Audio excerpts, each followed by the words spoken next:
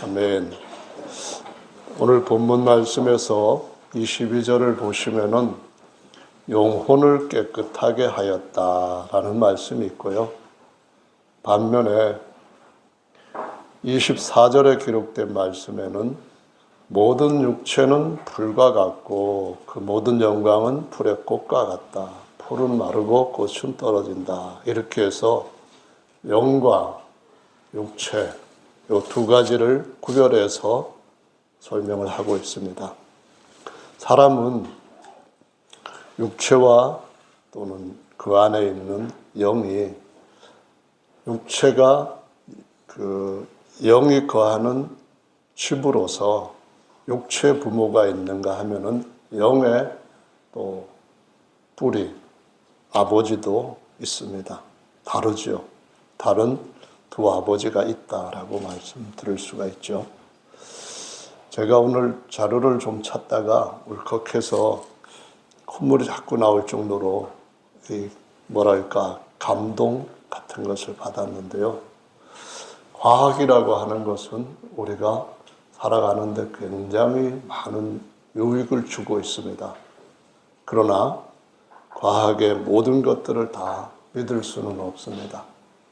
의학이라든가 또는 공학이라든가 심지어 식품학이라든가 이런 것들을 통하여서 우리가 육체적으로 굉장히 많은 유익을 얻고 있고요. 실제로 핸드폰 없던 시대하고 핸드폰 있는 이 시대하고 사는 것이 어느 것이 더 편하고 좋은가 물어본다면은 모두 다가 핸드폰 있는 시대가 더 좋다 할 겁니다. 과학은 그만큼 우리한테 풍요하게 하고 편리하게 하고 유용하게 하는 것들이 있지만 그러나 의학이라 할지라도 우리한테 그렇게 좋지 않은 것들도 같이 존재하고 있다라는 건데요. 좋은 점에 대해서 좀 생각을 먼저 해보려고 합니다. 왜 울컥했느냐 하면은 제가 1957년생인데 지난주에 성도님들이 떡을 해주시면서 축복을 해주셔가지고 지금도 건강하게 해마다 잘 지내고 있고 감사를 드립니다.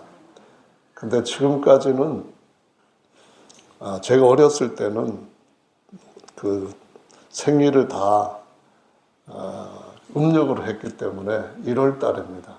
근데 그 57년도를 핸드폰을 가지고 쭉 찾아보니까 생일날이 3월 1일이더라고요.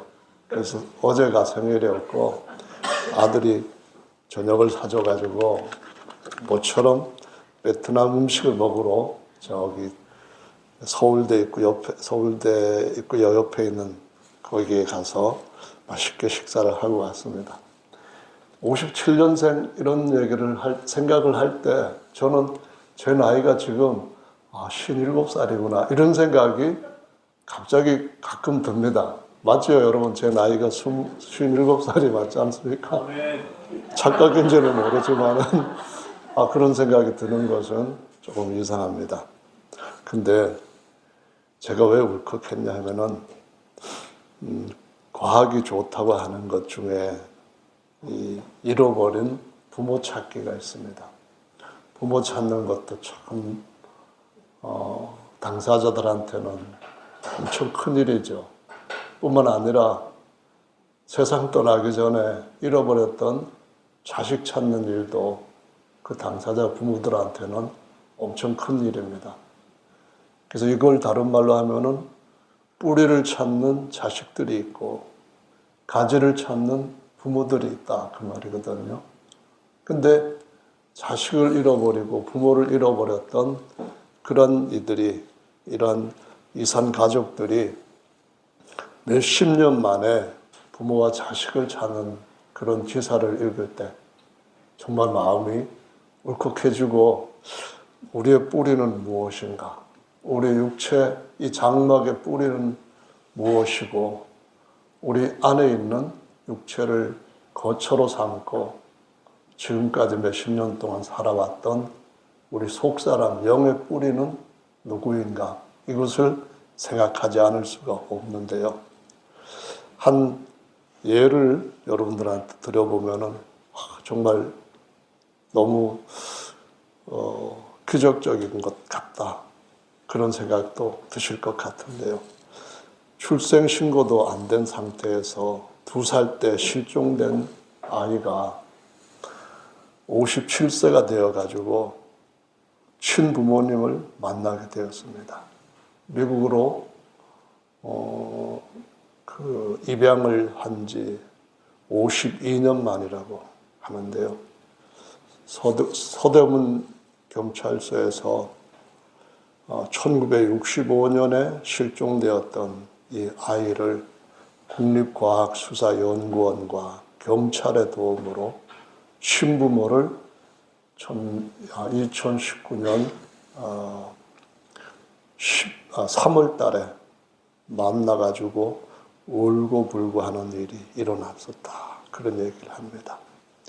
부모는 그 잃어버린 큰딸을 찾기 위해 가지고 여러 차례 경찰서를 방문했지만 호적에 등재도 안 돼 있으니까 찾을 수가 없다는 말만 들었는데 다행스럽게도 2020년도에 잃어버린 가족들의 DNA를 저축을 해놨던 이러한 시스템이 우리나라에서는 작동이 되고 친절한 대한민국 경찰관들이 자기 일처럼 열심히 이 일에 잃어버린 애들을 찾을 때까지 도와줌으로써 찾게 되었다. 그렇게 얘기하는데 눈물이 났어요. 어떻게 해서 부모인 줄로 54년 만에 확인을 할 수 있었을까요? DNA를 검사를 했더니만 부모와 자식 간의 유전자가 99.99%가 일치한다. 그래서 네 딸 맞다. 우리 엄마 맞다 해가지고 엄마 하면서 우는 그런 것이 느껴지고 그려져서 지금도 눈물이 핑 도는데요. 나이가 57세가 되니까 조금 여성스러워지는 것 같아요. 과학은 우리한테 도움을 많이 줍니다. 그런 일만 있는 게 아니고요. 또 다른 데 보니까 네덜란드로 입양을 갔다가 46년 만에 어머니를 만나가지고 이것도 똑같은 케이스로 찾은 겁니다. 엄마! 그러면서 품에 안기고 하는 그런 모습들. 또 42년 만에 터미널에서 귀를 잃어버렸다고 하는데요. 독일로 입양을 갔다가 그 긴 세월 동안 찾으려고 큰 애를 썼는데 못 찾다가 나중에는 부모도 DNA를 등록을 하고 자식도 몇 번 와서 그걸 등록해가지고 대조를 했더니만 이거 친자식, 친부모 맞다. 그래서 만나게 된 사람도 있고요. 40년 만에 된 사람도 있고 참 사정들을 보면은 우리 일 아닌데도 불구하고 가슴이 아리고 찾았을 때 감동 같은 것들은 우리 일처럼 마음속에 기쁨으로 느껴집니다. DNA를 일치시켜서 확인한다. 일치된 DNA를 확인한다. 이것은 그만큼 중요하고 몇십 년 동안 헤어졌어도 당사자들뿐만 아니라 경찰, 법적으로도 친가족이라고 하는 사실을 확인해주고 믿고 의심하지 않습니다. 이것이 오늘 저와 여러분들이 하나님의 말씀을 믿을 만한 말씀이다. 우리가 하나님께로부터 다시 태어났다고 하는 사실이 이러한 증명보다도 더 확실한 증명이 된다라는 것을 같이 공유할 수 있는 그러한 작은 보탬이 될 수 있기를 여러분들한테 먼저 말씀을 드린 겁니다. 조상이 누구냐? 2024년에 11월 달에, 9월 달에 챗봇한테, 그러니까 모든 사람들이 쓸 수 있도록 공개한 챗봇 가운데 챗봇에게 물어봤습니다. 그랬더니 인공지능이 뭐라고 대답을 했는가 하면은 닭이 먼저일까 달걀이 먼저일까라는 질문은 오래전부터 논의되어 온 철학적 문제입니다. 과학적으로는 진화론에 따라 달걀이 먼저였다고 볼 수 있습니다. 왜냐하면 닭의 조상이었던 생물이 변이를 거쳐 현재 닭이 되었기 때문입니다. 그 변이는 알 속에서 발생하였으므로 현대적인 닭을 낳은 알이 먼저였다고 할 수 있습니다. 따라서 달걀이 닭의 조상입니다. 달걀이 닭의 조상입니다. 여러분 재밌죠? 과학은 엄청 유익하기도 하지만은 우리한테 웃음을 짓게도 한다는 거죠. 닭이 먼저냐 달걀이 먼저냐 이 조상 찾기 문제는 사실상 2000년 이상 인류를 괴롭혀 온 난제라고 사람들이 말을 합니다. 근데 저와 여러분들이 말할 수 있는 것은 이런 말이라고 생각이 돼요. 정답을 버리고 오답 가운데서 정답을 찾으려고 하면은 난제일 수밖에 없습니다. 그러나 정답만을 가지고 그것을 더 깊이 확인한다면은 확답을 얻을 수 있다고 믿습니다. 아리스토텔레스는 닭이 먼저냐 알이 먼저냐 이 문제에 대해서 어떻게 평가를 했는가 하면은 언급하기를 이 문제는 무한한 연속이다 라고 했다고 합니다. 그러니까 알이 먼저이고 점점 진화돼서 닭이 됐다. 아니 닭이 없으면 어떻게 알이 나오느냐. 그래서 닭 알이지. 알닭이 어디 있느냐. 그런데 또 다른 철학자 플루타르코스는 뭐라고 했는가 하면은 세계가 시작이 있었는가 이것에 관한 문제로 연결된다. 그렇게 얘기를 했다고 합니다. 그러니까 굉장히 이것은 오랫동안 사람들이 정답이 없는데도 정답을 찾아오려고 했던 헛된 수고들이었다라는 것인데요. 우리 예수님을 믿는 사람들은 그거는 다 창조하신 이가 있고 그분은 지적으로 전제하신 설계자이시고 설계만 잘하시는 분이 아니라 그 모든 것들을 다 만드실 수 있는 전능자이시다. 이렇게 믿거든요. 근데 반면에 다른 사람들은 그렇게 안 믿는다는 거죠. 진화론이라고 하는 걸 믿는 사람들은 아주 오랜 옛날 상고의 태초로 올라가 보면은 아주 조그만 좀 마치 조그만 먼지 같은 것이 있었는데 그게 펑 터져가지고 우연과 자연으로 계속 진화를 해와서 현재에 이르렀다라고 말합니다. 근데 우리는 태초에 스스로 계시는 분이 계신다. 그분이 완벽하게 처음에 종류대로 만드셨고 그것들이 죄로 인해서 점점 부패로 떨어져 나가고 결국은 망하는 것이지 우연이라고 하는 것이 있다고 한다면 과학도 저절로 발전을 해야 된다. 시간이 계속해서 오래오래 흐른다고 해서 진화가 되는 것이 아니라 오히려 시간은 진화라고 하는 것이 있다 할지라도 그것을 완전히 끌어버리는 절망적인 요인이다. 이렇게 얘기를 합니다.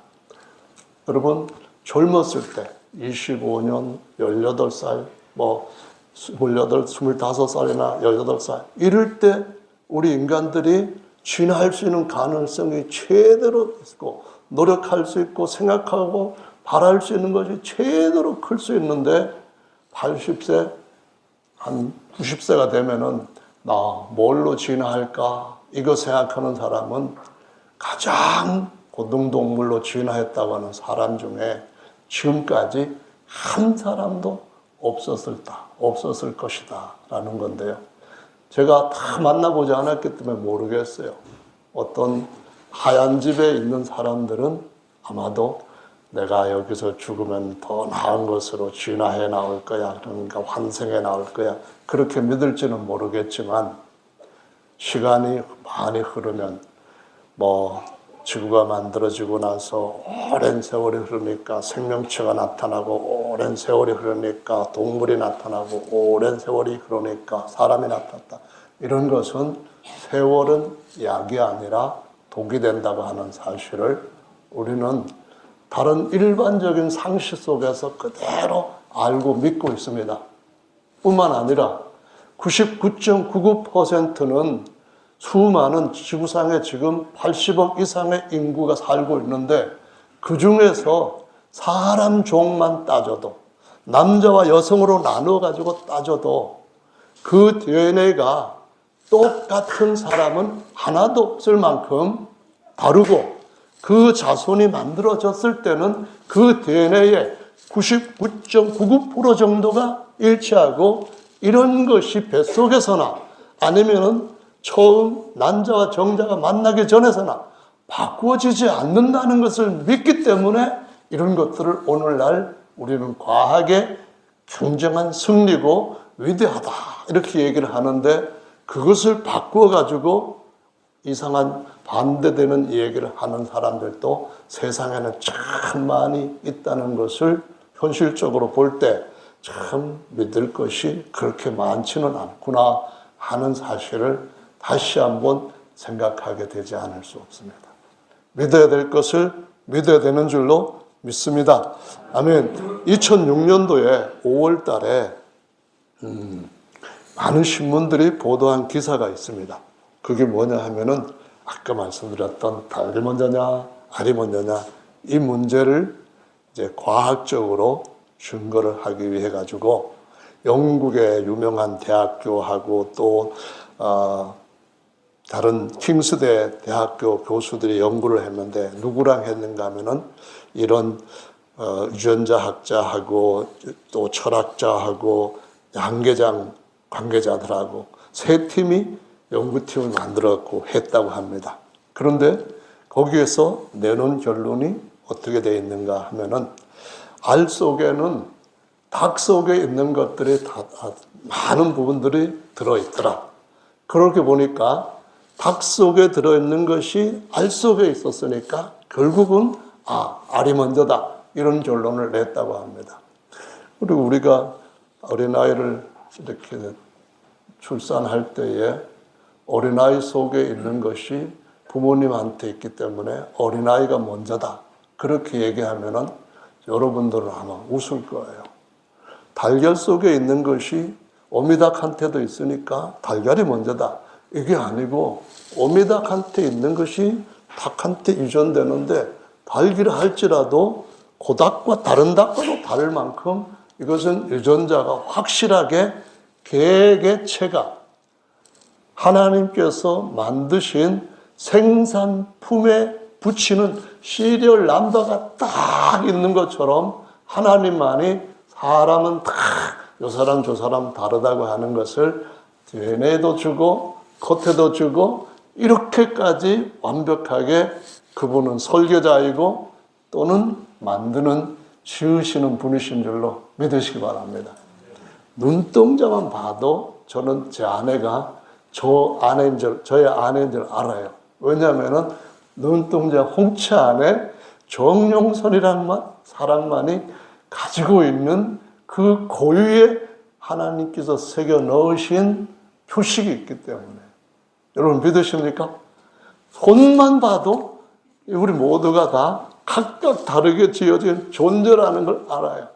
그렇죠? 손으로 한번 탁 터치를 했는데 DNA로 사람을 구별하기 전에는 전부 뭘 했는가 하면 DNA를 안 남길 때도 마찬가지로 경찰 수고들 많죠. 이런 것까지 해야 되니까 가서 가루 묻혀가지고 거기에 지문 묻은 걸 갖다가 앰플을 떠가지고 이 지문이 누구 것 같으냐 해서 주민등록증에 입력해 놓은 것과 일일이 대조를 해가지고 이 사람이 오늘 여기 들어왔다가 나갔구나 하는 어떤 사람을 단정을 하게 된 거죠. 그러니까 DNA가 닭한테 있든 달걀한테 있든 그 문제가 아니라 우리가 과학의 확실함을 따라가는 것이 정말 상식을 따라서 사는 사람, 과학을 부정하지 않지만은 옳은 결론들을 따라서 사는 사람이라고 하는 인정을 스스로도 할 수 있고 다른 이들로부터도 인정받을 수 있는 줄로 믿습니다. 아멘. 그래서 2010년에 CBS 미국의 방송인데요. 유명한 방송에서 뭘 했냐면은 닭이 먼저냐 닭알이 먼저냐 연구를 했는데, 여기도 유명한 대학교예요. 이름은 다 안 넣어도 되겠죠. 영국의 대학교인데 두 대학교에서 교수들이 연구를 해봤는데 어떤 것이 나왔는가 하면은 달걀을 만드는데 그 아래 노른자가 나중에 닭이 되어서 부화돼서 나오는데, 이것이 진짜로 그 안에 보호를 받고 부화될 때까지 그 안에 있으려고 한다면은 껍데기를 먼저 만들어야 되는데, 이 껍데기는 그러니까는 성숙한 닭의 그 태에서만 존재를 하고, 여기에 있는 것이 만약에 닭한테 되지 않은 그 달걀을 만드는 데에 기여하지 않았다고 한다면은 절대로 달걀이 만들어질 수 없다 해가지고 결론을 뭐로 냈게요? 닭이 달걀보다 조상이다. 그렇게 냈다고 합니다. 그래서 딱 대서특필을 했는데, 과학은 그런 것으로 만족하지 않습니다. 첫째로는 자기가 주장해왔던 것들을 계속 어떻게든지 끌고 가려고 해요. 왜냐하면 자기가 주장했던 것을 바꿀 수가 쉽지 않거든요.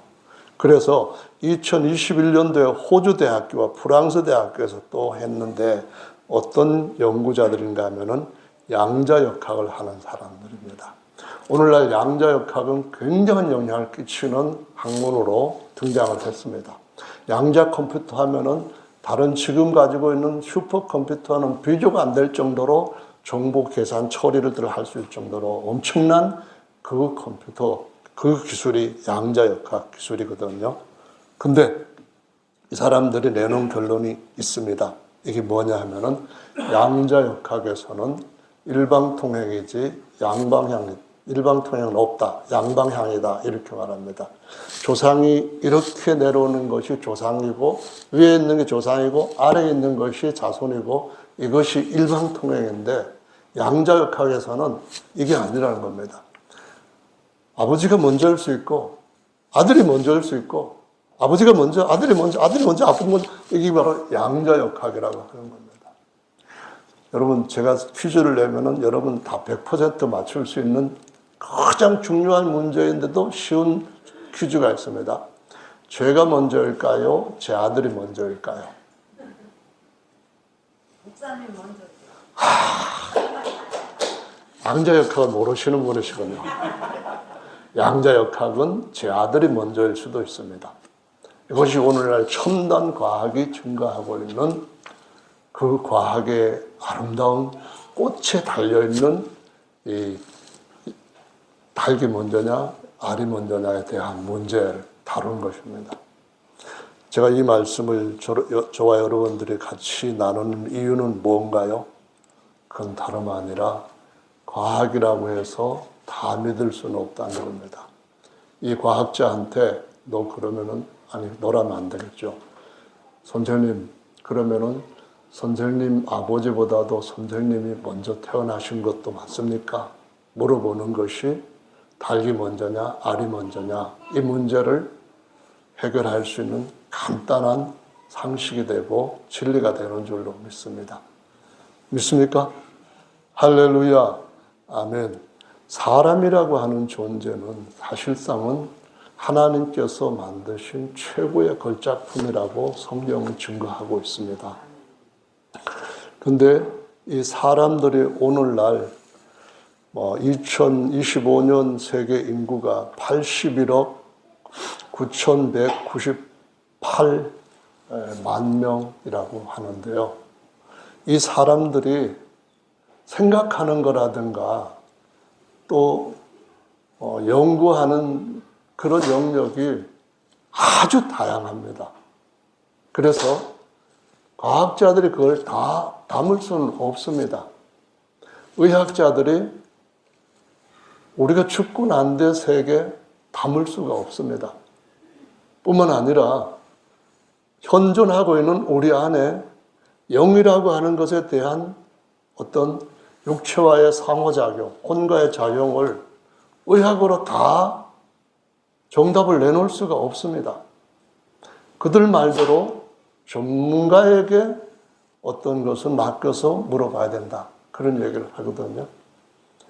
어떤 노무현 대통령이 그런 얘기를 했대요. 사진을 찍으러 이제 뭐 해외 순방에 가고 있는데 대통령이 사진을 찍으려고 쭉 있는데 옆에 있는 참모들이 여기 이렇게 쓰고 여기서 찍어야겠고 막 그러는데 사진사가 그랬답니다. 제가 볼 때는 이쪽에서 이렇게 구도를 잡아갖고 찍는 것이 제일 잘 나올 것 같습니다. 그랬더니 뭐 사람들이 듣지도 않고 다 똑똑한 분들 아닙니까? 그래서 막 하는데 사진을 찍는데 시간이 걸리니까 이런 얘기를 했답니다. 전문적인 일은 전문가에게 맡기고 우리는 그냥 따르면 되는데 왜 이러는가 이랬대요. 그래서 아무 소리 안 하고 다 그냥 하고 찍었다고 하는데 영의 문제는 영에 관한 것에 대해서, 내세의 문제는 내세에 관한 것에 대해서 그것을 얻을 수 있는 정보 소스, 근원이 되는 요 하나님 주신 말씀에 들어가면은 누구나 다 얻을 수 있다는 것입니다. 그래서 여기에서 찾을 수 있는 것들이 충분하게 우리의 삶 가운데 채워져 있다라고 성경도 말씀하시고 예수님도 그렇게 말씀을 하셨다라는 거죠. 그러니까 우리가 뭘 믿어야 되는가? 세상에 요즘 같으면은 가족들도 자식들도 부모도 믿을 만한 뭐 하나 없다 이런 세상인데 아무거나 믿지 말고 정말 믿을 것이 없는가? 그런 소리도 믿지 말고 믿을 만한 것이 있다는 겁니다.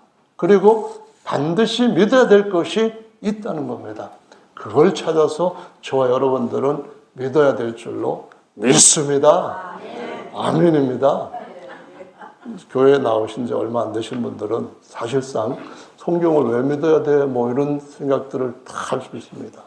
저도 예수님을 믿고 지금 가르친 이 가르침에 들어오기 전까지는 꼭 그래야 돼? 뭐 그것만 맞아? 이런 식으로 하면서 어디 아니라는 걸 내가 한번 찾아봐야겠다. 그러다가 내가 아니네? 이게 맞네?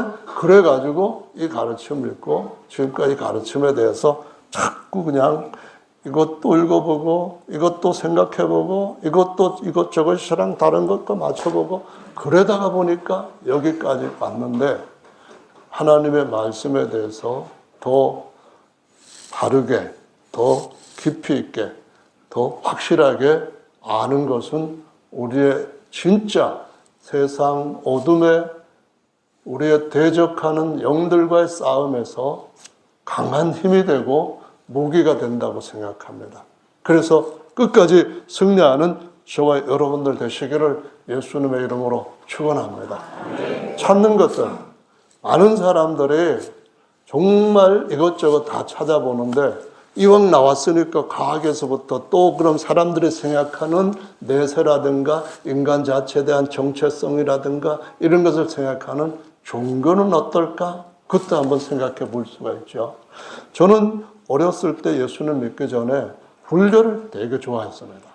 왜냐하면은 불교의 사명대사가 그냥 전쟁을 할 때도 스님이 미선도 세상을 떠나고 속세를 떠난 사람인데도 불구하고 막 그냥 나라를 위하여서 뭘 했다. 뭐 사명대사뿐만 아니라 뭐 또 다른 대사를 또 막 그랬다. 그런 얘기를 듣고 진짜 나는 스님이 되고 싶지는 않지만은 정말 존경스럽고 대단하다.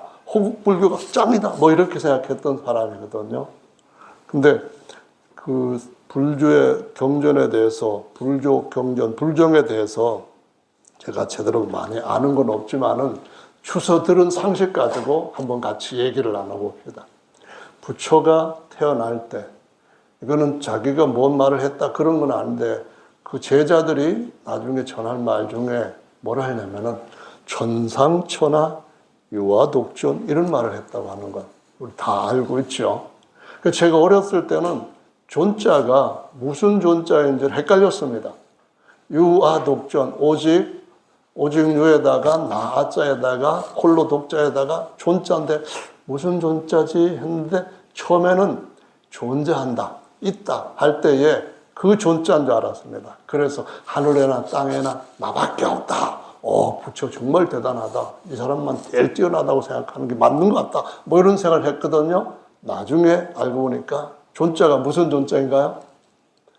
뛰어난, 존귀한 자 할 때 존자입니다. 그러니까 하늘에도 나보다 뛰어난 자는 없다는 거예요. 나만 제일 존귀하다. 내가 그냥 존엄자다. 그렇게 얘기를 했다는 거예요. 어쨌든 그런 가르침을 사람들이 믿는데, 그의 가르침을 믿는데, 효봉이라는 스님은 우리나라 최초로 미국, 일본에 가서 와세다 법대를 나와가지고 최초로 판사가 됐던 사람인데, 판결을 하는 중에 어떤 혐의자한테 살인죄라 해가지고 살인죄의 범인이라 해서 사형을 시켜버렸답니다. 한 판결해갖고. 얼마 후에 진범이 나타났다, 잡혔다는 거예요. 내가 무고한 사람을 죽였구나 해가지고 보포코서 집어 던져버리고 옆판 하나 사가지고 전국을 돌면서 엿장사로 살다가 불교의 기회를 했답니다. 그리고 난 뒤에 계속 얼마나 정진을 했는지 감히 따라갈 수 없을 만큼 고행을 하고 정진을 했는데 1966년 10월 15일 날 세상을 떠나게 되었는데, 그때 그가 마지막 남긴 말이 뭔지 아십니까? 우리 화요일 성경 공부하는 기도 모임 후에 식사를 하는데 무요리가 나왔어요. 그래가지고 제가 농담으로 이 말을 했더니만 실없는 소리를 밥 먹을 때도 하십니까? 이렇게 자매님이 얘기하더라고요. 무라 무할 때 묻지 않습니다. 없다는 겁니다. 내가 파고 파봤는데, 찾고 찾아봤는데 아무것도 없다 이겁니다. 정말 그럴까요? 믿을 만한 것을 찾으면은 무가 아니라 진짜 계시는 분을 만나게 될 줄로 믿습니다. 그 계시는 분이 어떤 것이냐면은 출애굽기의 3장 14절에 나는 계시는 자다. 우리말로는 부드럽게 스스로 있는 자니라. 이렇게 번역을 하고 있습니다. 누가 존귀하냐? 상천하지에 그분 외에 그분만큼 비교해서 동등하게 존재한 자가 없다라고 하시는 말씀, 그분이 바로 우리가 믿고 있는 육체를 입고 이 땅을 방문해서 우리를 구원하시기 위해서 오신 예수님이시라고 구약에서 신약까지 모든 예언들이 연결하고 수없는 예언들이 증명해오고 있는 것을 볼 수가 있습니다. 그분이 바로 우리 영의 뿌리입니다. 그분이 우리를 구원하기 위해서 우리와 같이 육신의 뿌리인 사람의 부모 밑에서 그 육체, 죄인된 육체라고 한다면은 풀과 같은 육체가 이룰 수 있는 업적이라고 한다면은 풀의 꽃과 같은 그런 것에 빠져서 참된 진리를 찾지 못하고 있는 수많은 영혼들에게 아버지의 말씀은 진리입니다. 내가 아버지로부터 받은 진리를 세상에 알리러 왔고, 진리가 모든 이들을 아버지와 내가 하나가 되게 하신 것처럼 그렇게 우리 안에서 하나가 되게 할 것입니다 라고 진리를 알려주신 분이시라는 겁니다. 그러니까 우리는 그렇게 믿고 살아간다, 그런 말씀이잖아요. 할렐루야 아닙니까? 아멘. 또 다른 승려, 불교에서 최고로 많이 배웠고 학승 중에 학승이라고 하는 사람이 누구냐면은 성철이라고 하는 스님입니다. 제가 병원에 군에 있을 때 갔을 때 성철 스님의 책을 되게 좋아했어요. 진짜 이분 정말 깊이가 있는 인생에 대한 통찰한 말씀들을 전해주는데 기가 막히다 막 그랬는데, 어느 날 성경 공부하라고 오라 해가지고 내가 왜 불교 믿는 사람인데 성경 공부를 하러 기독교로 가? 불교는 한국에서 정말 인정받는 종교고 저거는 왜 이래 종교 안 가다가 오늘 그래도 가서 한번 알아보는 것도 괜찮지. 내 속에 있는 예수가 저 책 속에 있다고 하는 예수와 같은지 한번 확인해 보러 갔다가 코가 깨버렸거든요. 이 승려가 그 성철이라는 분이 어떤 식으로까지 대단했는가 하면은요, 진짜로 엄청났습니다. 다 설명을 안 하는데 이 양반이 했던 말 두 가지를 여러분들이 조금은 기억할 필요가 있다고 생각되는데요. 1987년에 불기 2531년이에요. 부처 탄신일에 법어를 우리말로 하면 설교를 했어요. 거기 내용 중에 이런 내용이 나온대요. 사탄이여 오시옵소서. 나는 당신을 존경하며 예배합니다. 당신은 본래 거룩한 부처이십니다. 사탄과 부처란 허망한 거짓 이름일 뿐 본 모습은 추호도 다름이 없습니다. 당신을 부처로 알 때에 착한 생각, 악한 생각이 다 미운 생각, 고운 생각이 다 사라지고 거룩한 부처의 모습만 뚜렷이 봅니다. 당신은 여기 누구라고요? 사탄이라는 겁니다. 이분이 사탄을 인정하니까 아무것도 없다. 그런 것하고는 또 다르다는 거죠. 어쨌든 그 다음에 이어지는 말고 우리가 나아갈 그리하여 악마와 성인을 다 같이 부처로 스승으로 부모로 섬기게 됩니다. 우리가 나아갈 근본적인 길은 거룩한 부처인 당신의 본 모습을 바로 보는 것입니다. 당신을 부처로 볼 때 인생의 모든 문제는 근본적으로 해결됩니다. 선과 악으로 모든 것을 상대할 때 거기에서 지옥이 불타게 됩니다.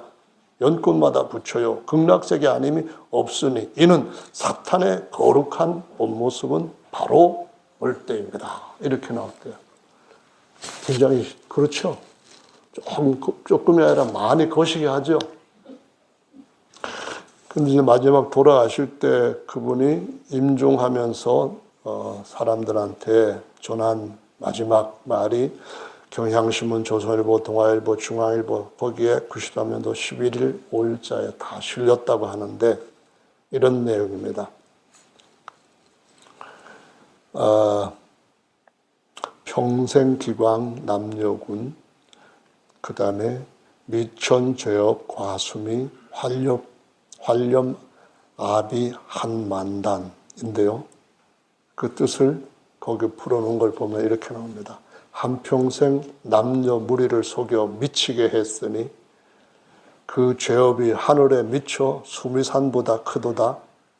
산처로 불의 아비지옥으로 떨어지니 한이 만갈래라.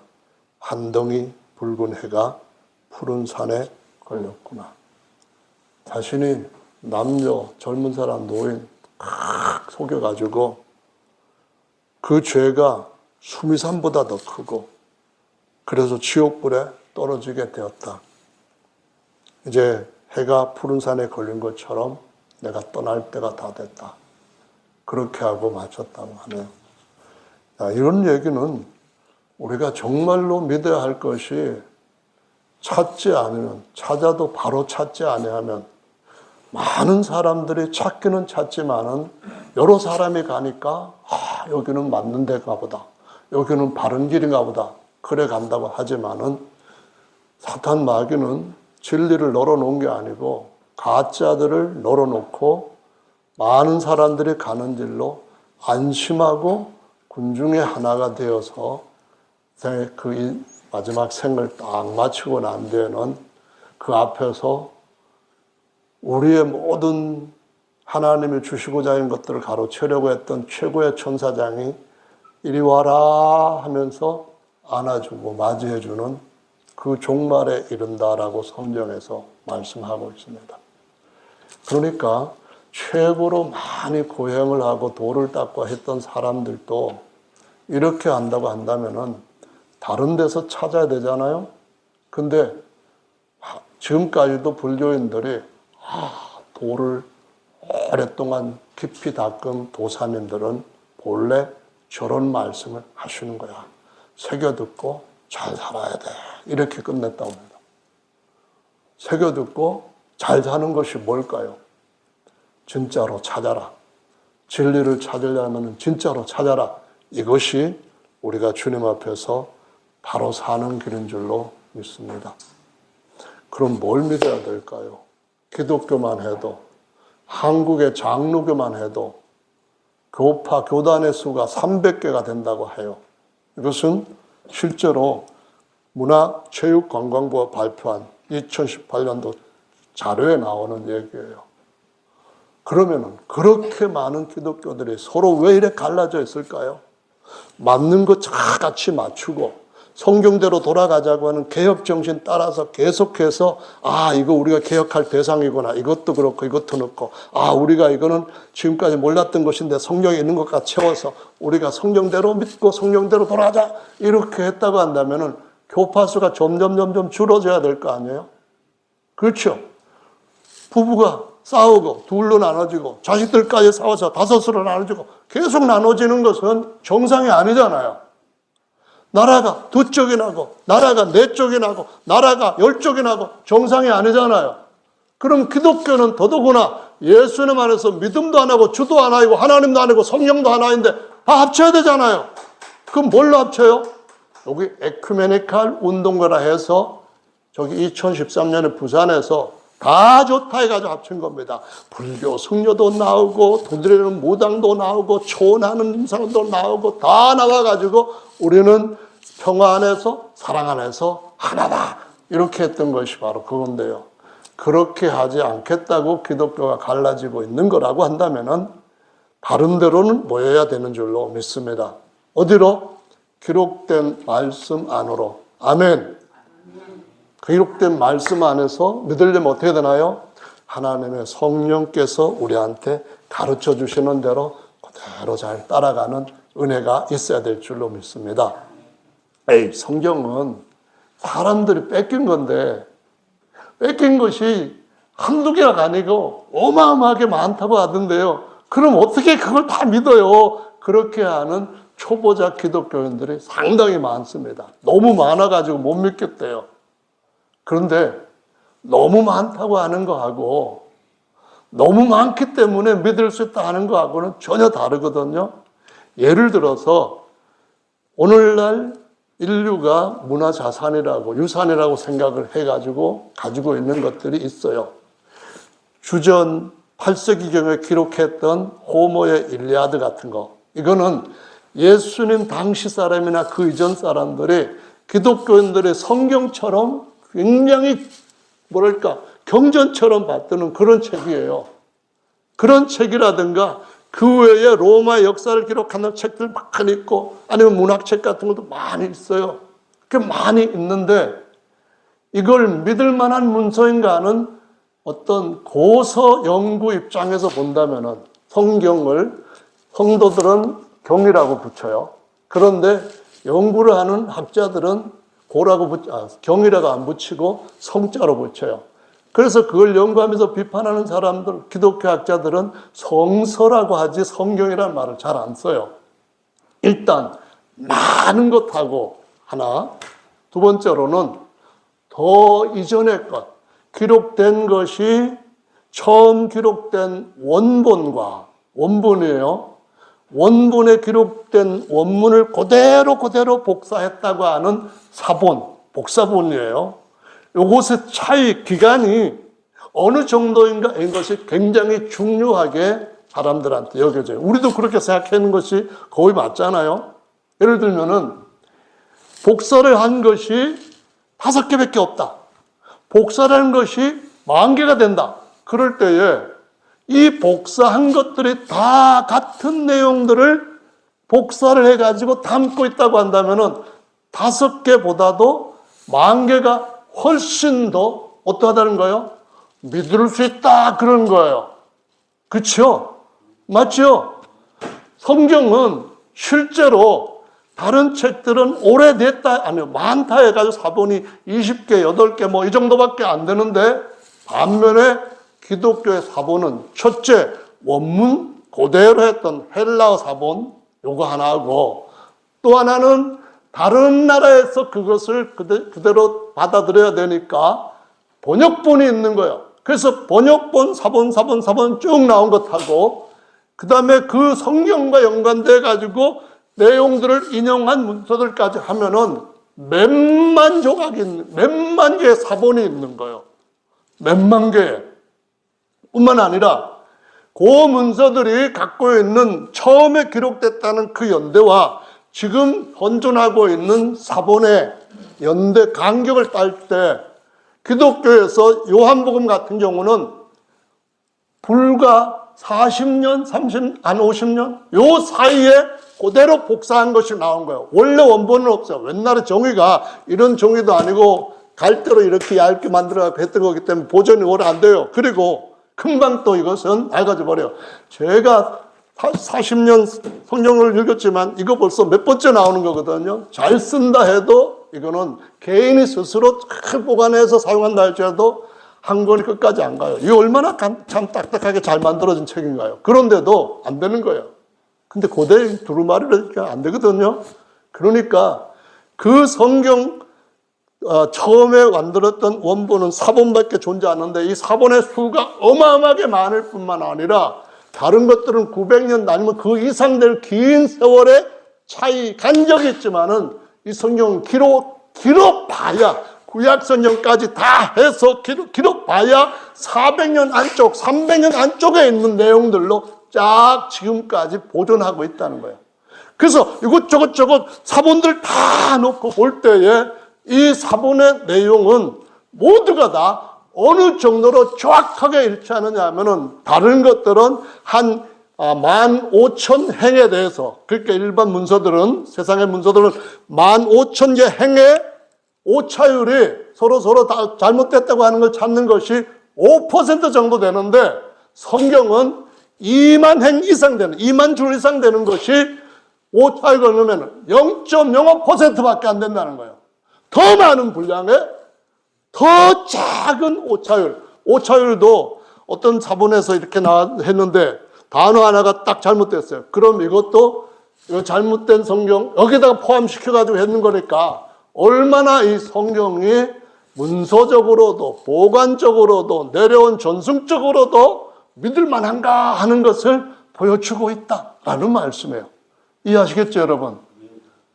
우리가 성경을 믿는다고 하는 것은 전설을 믿는 게 아니에요. 일리아드, 그 호모가 쓴 것은 그리스와 그 다음에 트로이가 싸웠던 것에 거기에 신들이, 이상한 신들이 다 들어와가지고 막 문학적으로 쓴 것이고, 그런 것을 믿는 것과는 다르게 예언, 역사에서 이루어지고, 예언, 역사에서 이루어지고, 예언, 역사에서 이루어지고, 수많은 것들에 이렇게 예언적인 것과 역사적인 독특한 것을 가지고 있는 거예요.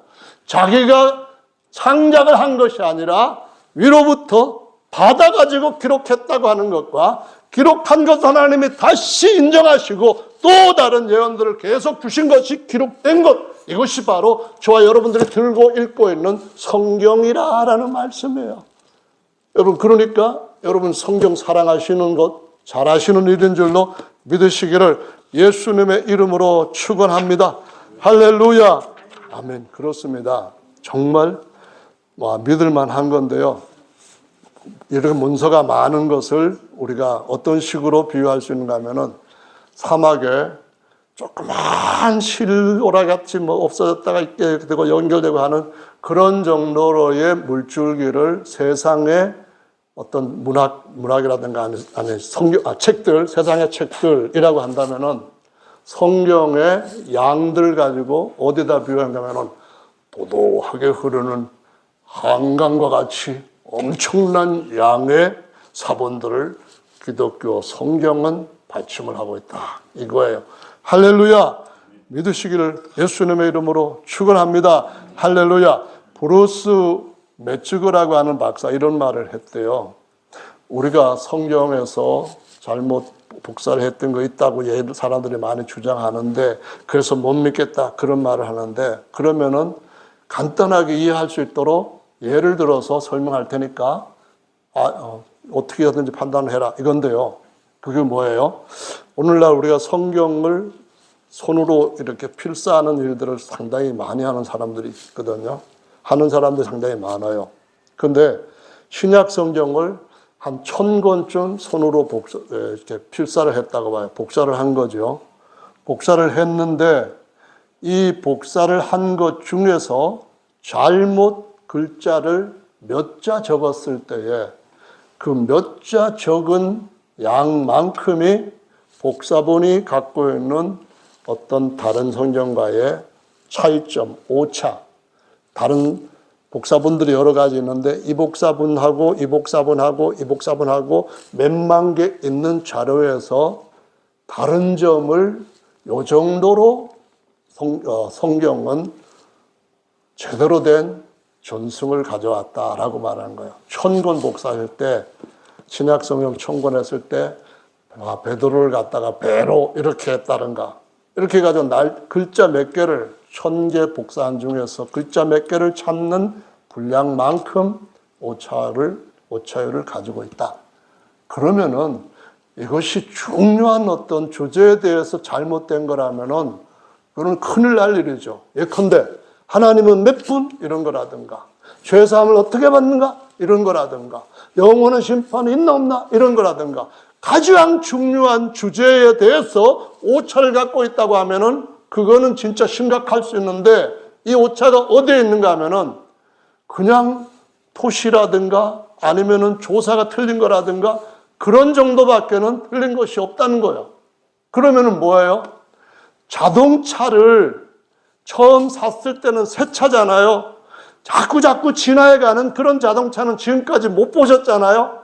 그런데 어느 날 하다가 초보 때 옆에 있는 걸 슬쩍 끝쳤는데 훅 들어가 버렸어요. 이만큼 들어갔는데 여러분 그러면 자동차 이거 못 믿겠다고 타지 않고 그냥 갖다가 버립니까? 아니 하다못해 팔기라도 할 거 아니에요. 아니면 그냥 고치는 거 수리를 할 거 아니에요. 수리해도 처음처럼 안 될 거 아니에요. 자동차도 진화는 안 되는 것 같아요. 다시 말하면은 사본들이 이렇게 많은데 거기에서 조금 콕 찍은 그런 흠집 났다고 해가지고 아우 성경 못 믿어. 나 이 차 안 탈 거야. 이따부터 하면 무서워. 못 믿어. 나 죽을지도 몰라. 그렇게 알레르기 있는 분 계신다면은 자동차 타지 마시고 비행기 타시기 바랍니다. 진리 말씀에 대해서 쪽보음이라도 들으면은 우리는 안전하게 하나님 나라에 갈 수 있는 줄로 믿으시기 바랍니다. 쪽보음이 뭐예요?